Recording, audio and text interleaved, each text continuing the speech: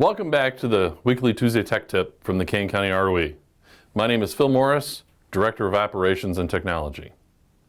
When someone has a question, many times you'll hear a response of, just Google it. And you open your browser, type in the search bar what you're looking for. But did you know there are a few tricks to narrowing your search or even expanding it?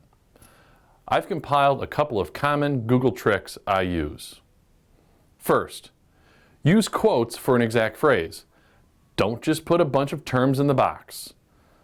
This way, it will limit the search to that phrase rather than all the various words you put in the box.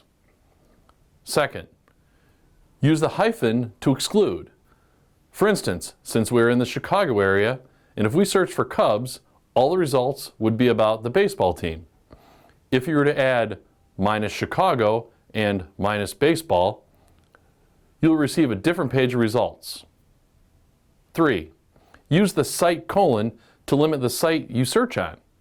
If you want to look for Tuesday Tech Tip on the kaneroe.org website, you could type in cite colon kaneroe.org space quote Tuesday Tech Tip. Google also is a calculator. You can enter a math problem in the search box and it will provide you with the answer. I use it mainly for conversions to verify when going from metric to standard measurements.